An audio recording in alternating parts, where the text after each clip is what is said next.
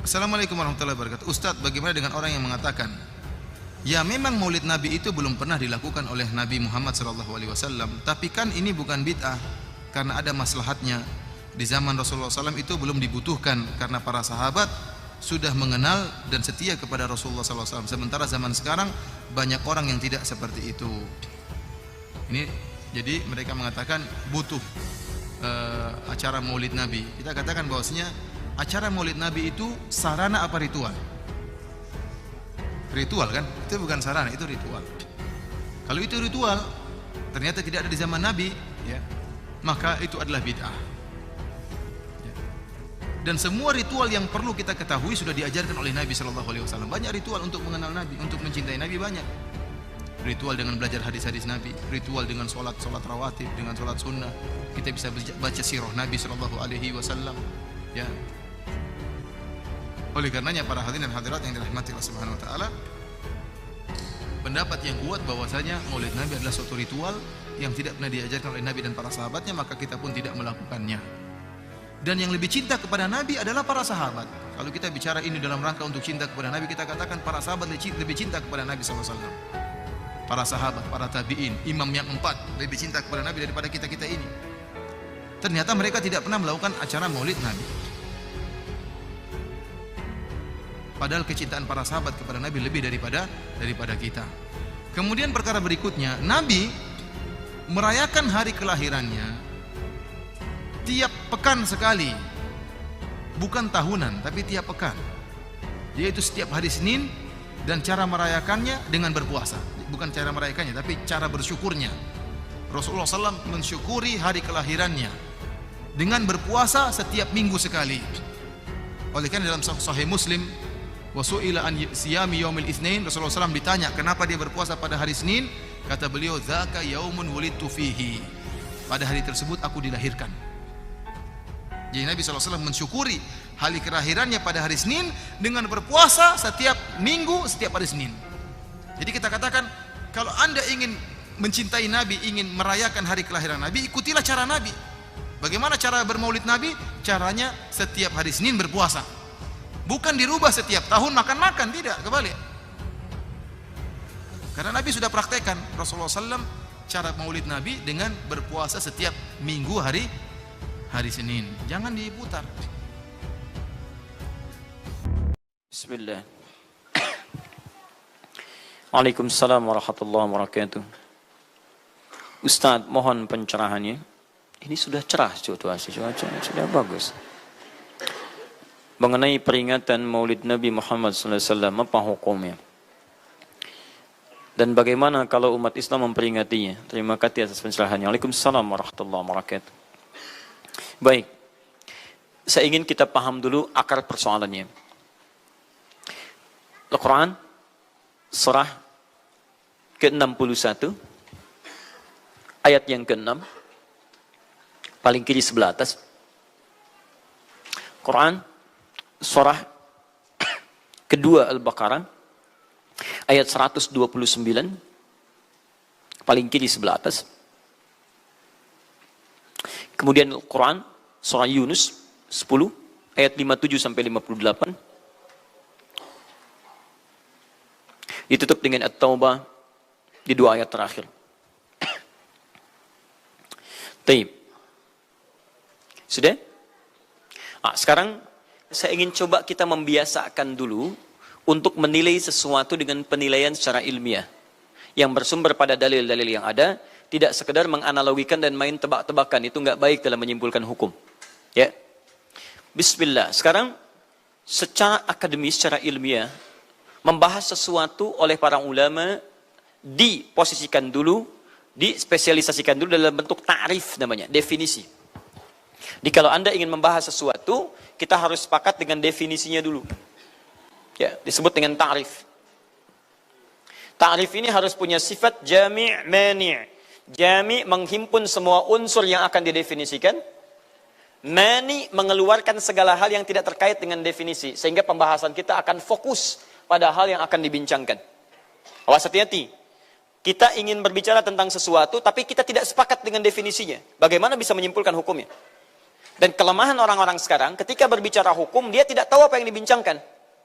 Nah, sekarang misal, kita akan bertanya tentang maulid. Apa hukumnya maulid? Kita harus sepakati dulu apa itu maulid. Awas, ini penting ini. Banyak masalah yang muncul sekarang tapi tidak disepakati tentang ini. Banyak orang bahas tentang hukum musik. Hukum musik begini-begini. Begitu saya tanya apa itu musik, bingung dia jawab. Apa itu musik? Anda mesti sepakat dulu musik itu apa. Di zaman Nabi apa yang disebut dengan musik. Zaman sekarang apa yang disebut dengan musik. Ketika Nabi menyampaikan hukum musik, apa yang dimaksudkan oleh musik di situ. Kalau antum paham tentang definisinya, maka keluarkan turunan hukumnya. Maka lebih mengerti di situ. Nah sekarang maulid. Apa itu maulid? Nah sekarang begini. Maulid atau maulud? Mana yang benar? Bukan Allahu a'lam, harus dicari kita. Mana maulid atau maulud? Antum sibuk menilai, ini maulid tidak benar. Oh, jadi yang benar maulud. Maulud juga tidak benar. Masya Allah. Apa maulid, apa maulud? Baik, lihat. Kalau disebutkan maulid, itu waktu kelahiran. Waktu kelahiran. Awas, hati-hati nih ya, hati-hati. Ada kemarin saya lihat tulisan begitu bersemangat. Masya Allah, panjang-panjang nulis, ternyata salah paham. Pahamnya salah. Ya. Maulid itu ulang tahun. Bukan. Bukan ulang tahun maulid itu. Bukan ulang tahun, bukan peringatan ulang tahun maulid itu. Ingat baik-baik. Kalau pakai peringatan itu pakai Id. Idul Milad. Ya, hari kelahiran, peringatan hari kelahiran, ulang tahun. Tapi kalau cuma maulid itu waktu kelahirannya. Awas, hati-hati ya. Hati-hati dalam memahami sesuatu. Kita masih detil dan jeli dalam memahaminya. Jadi kalau disebutkan maulid itu waktu kelahirannya. Kalau disebutkan maulud itu artinya bayi yang lahirnya. Bayinya yang dilahirkan. Nabinya. Kalau dalam konteks Nabi. Jadi kalau disandingkan dengan kalimat maulidun Nabi, artinya waktu lahirnya Nabi. Jelas ya? Kalau mauludun Nabi, maulud Nabi, itu artinya nabinya. Nabi yang dilahirkan. Jelas? Saya ulang. Maulid apanya? Waktunya. Kalau maulid Nabi artinya apa? Waktu Nabi dilahirkan. Baik, maulud artinya apa? Nabinya. Kalau maulud Nabi artinya apa? Nabinya yang lahir. Jelas sampai sini? Ah, sudah. Ya, selesai pembahasan secara bahasanya. Nah, sekarang apa hukumnya maulid Nabi? Maulid Nabi enggak ada hukumnya. Karena waktu lahirnya Nabi, bagaimana kita bisa melekatkan hukum pada waktu lahirnya Nabi? Lahir ya lahir. Jelas ya? Ustadz, apa hukumnya maulid Nabi? Antum kenapa? Apa hukumnya waktu lahirnya antum? Antum lahir apa hukumnya? Kapan antum lahir? Ustaz, kapan antum lahir? 11 September. Apa hukumnya? Apa hukumnya? Apa hukumnya saya lahir? Lahir ya lahir. Jelas ya? Jadi kelahiran seseorang itu nggak ada hukumnya. Qadar Allah yang menjadikan dia terlahir. Dan dengan kelahiran itu dia punya misi dalam kehidupan. Mencari bekal untuk kembali kepada Allah subhanahu wa ta'ala. Jadi kalau bertanya hukum kelahiran seseorang, lahir ya lahir. Nggak ada hukumnya di situ. Paham ya? Hukum itu terletak pada perbuatan seseorang, bukan pada kelahiran seseorang. Ketika dia berbuat dengan aspek kesadarannya, maka muncul hukum di situ. Awas, antum pun mesti belajar tentang hukum. Jangan salah menyebutkan hukum. Hukum terletak pada perbuatan, bukan pada benda, dan bukan terletak pada waktu. Jadi ketika ada perbuatan melekat pada benda dan waktu itu, maka muncul hukum. Apa hukum gelas? Halo? Tidak ada hukumnya. Tapi kalau menyebutkan apa hukum gelas yang menampung kemudian barang yang haram yang digunakan gelas ini melakukan perbuatan haram, baru muncul haram. Apa hukumnya gelas yang digunakan untuk melempar orang lain? Haram hukumnya. Apa hukumnya gelas yang digunakan menampung air minum untuk diminum dalam keadaan yang sehat? Sunnah hukumnya. Jelas ya? Apa hukumnya golok? Golok digunakan apa? Kalau digunakan menyembelih hewan kurban, maka jadi sunnah hukumnya. Kalau golok digunakan untuk menyakiti orang lain, mengancam. Siapa nama kamu? Oh, Masya pakai golok. Ya, hati-hati. Nah, itu haram hukumnya. Jadi benda terletak kepada, maaf, perbuatan yang melekat kepadanya. Apa hukumnya hari kelahiran? Hari kelahiran nggak ada hukumnya. Yang melekat hukum itu bagaimana menyikapi hari kelahiran itu. Itu poinnya. Paham ya?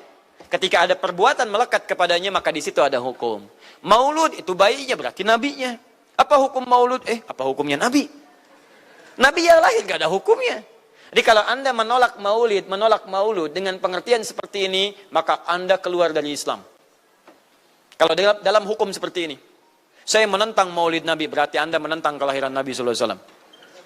Saya menentang maulud Nabi, berarti Anda berhadapan dengan Nabi, Anda musuh Nabi. Jadi kalau Anda dimaksudkan dengan kata maulud dan maulid, Anda tidak bisa menentangnya, bisanya menerima. Saya menerima. Menerima. Kenapa? Karena dalam pengertian bahasa, maulid itu artinya waktu kelahiran. Maulud artinya nabinya. Persoalan kita terkait dengan pertanyaan ini, Anda bisa bayangkan, Nabi Isa 600 tahun sebelum lahirnya Nabi Muhammad SAW. Perhatikan, ikutan bahagia dengan kelahiran Nabi. Sampai kebahagiaannya diungkapkan pada umatnya. Saya kasih kabar gembira ya. Nggak mungkin orang kasih kabar gembira perasaannya sedih. Kenapa saya kasih kabar gembira? Nggak ada. Kasih kabar gembira itu dalam keadaan bahagia hatinya. Kalaupun menangis, tangisan kebahagiaan.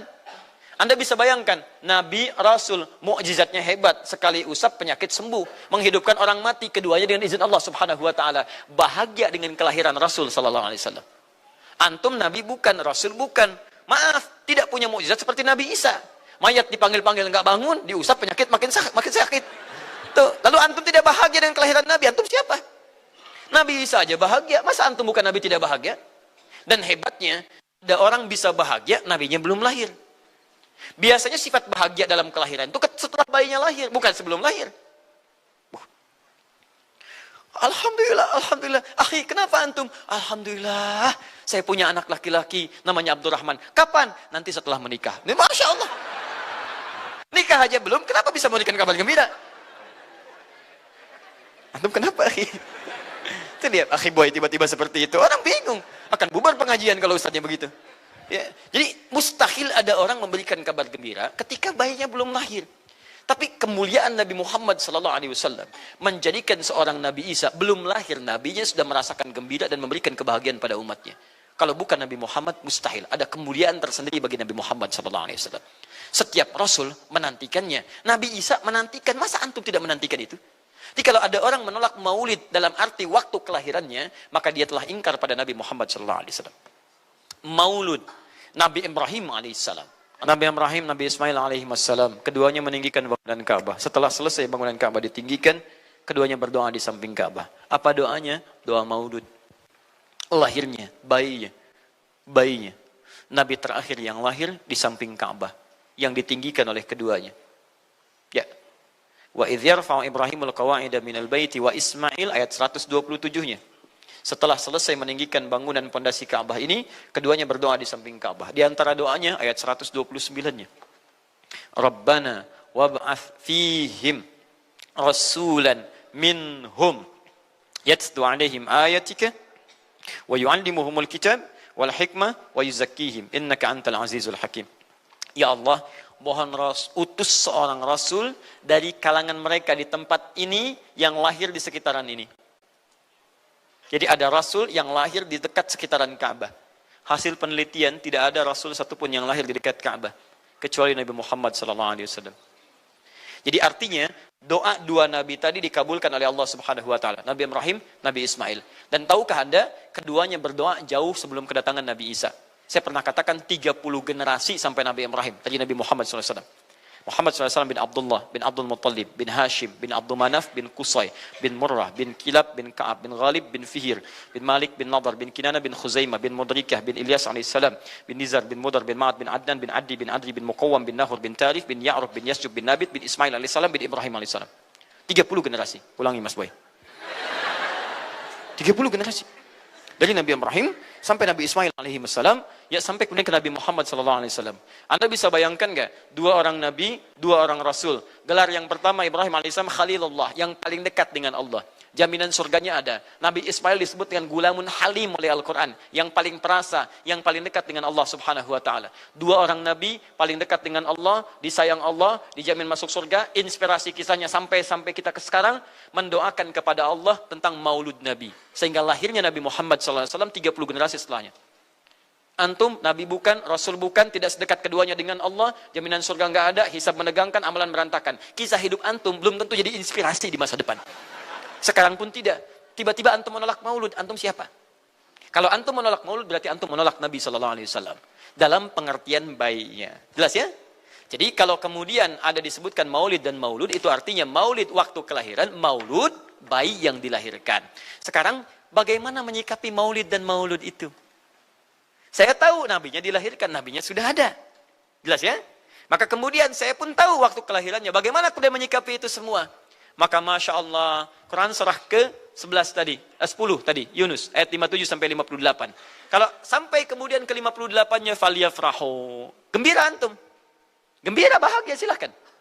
Ya, maksud tidak gembira, Nabi Isa gembira, kita tidak gembira. Ya, Nabi Ibrahim gembira, kita tidak gembira. Nabi yang tidak melihatnya gembira. Masa kita yang mendapatkan bagian Nabi tidak gembira? Jelas ya?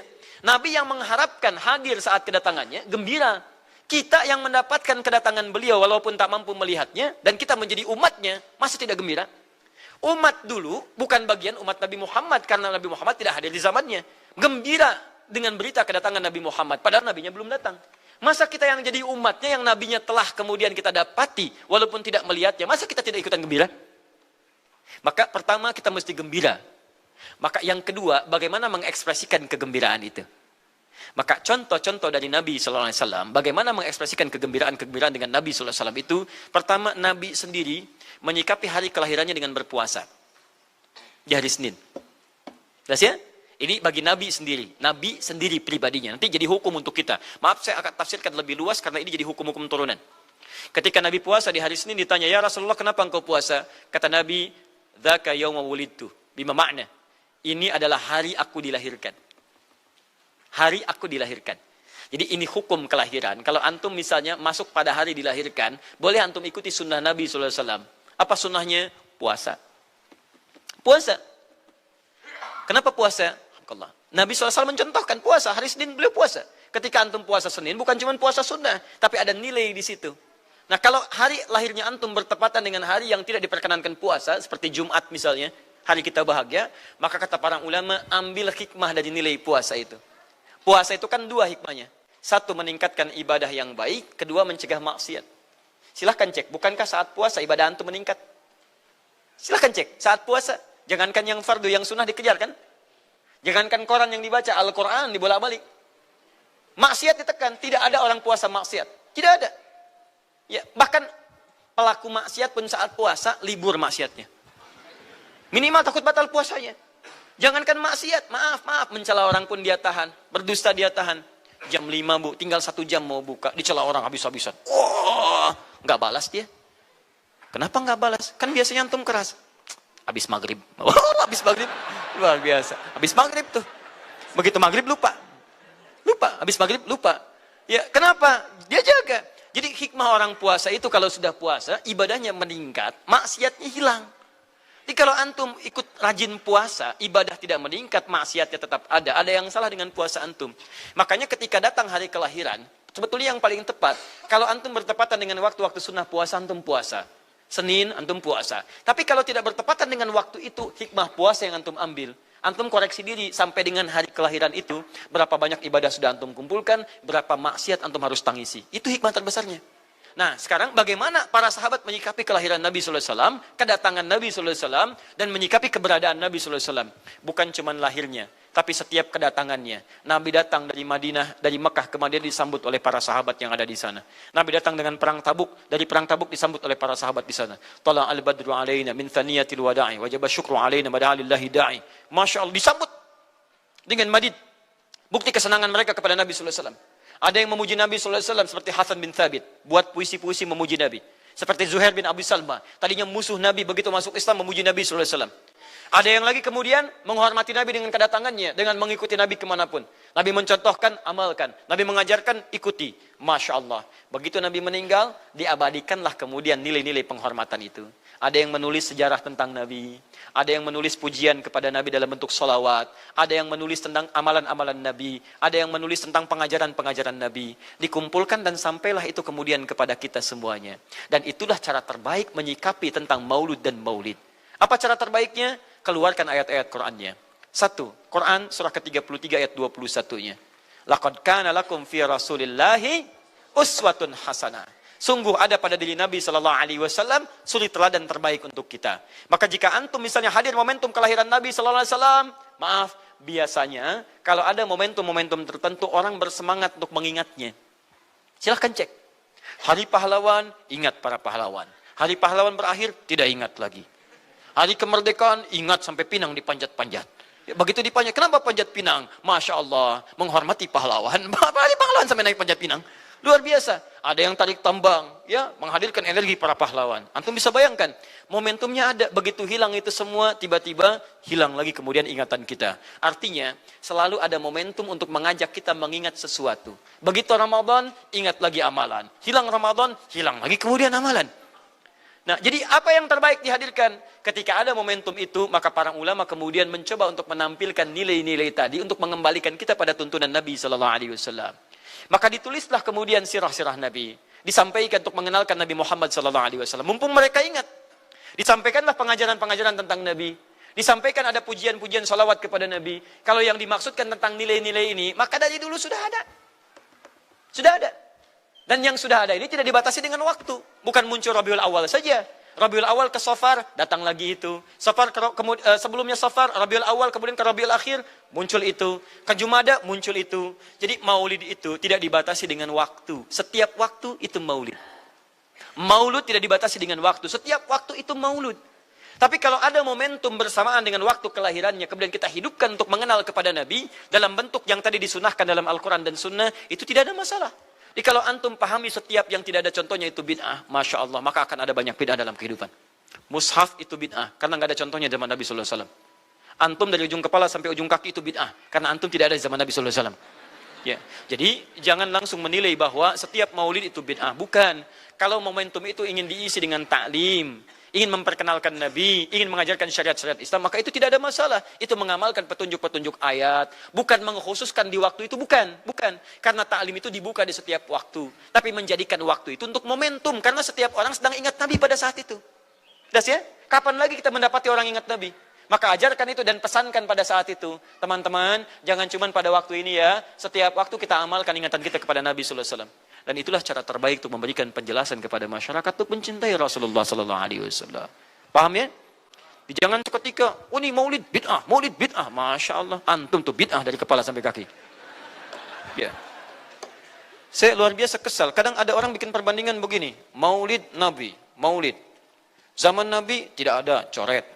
Zaman sahabat tidak ada coret. Zaman tabi'in tidak ada coret. Zaman ini ada. Oh, lalu diserupakan lah yang ikut-ikut ke sini. Antum kalau mengamalkan hukum seperti ini fatal. Zakat pakai beras. Zaman Nabi coret. Zaman sahabat coret.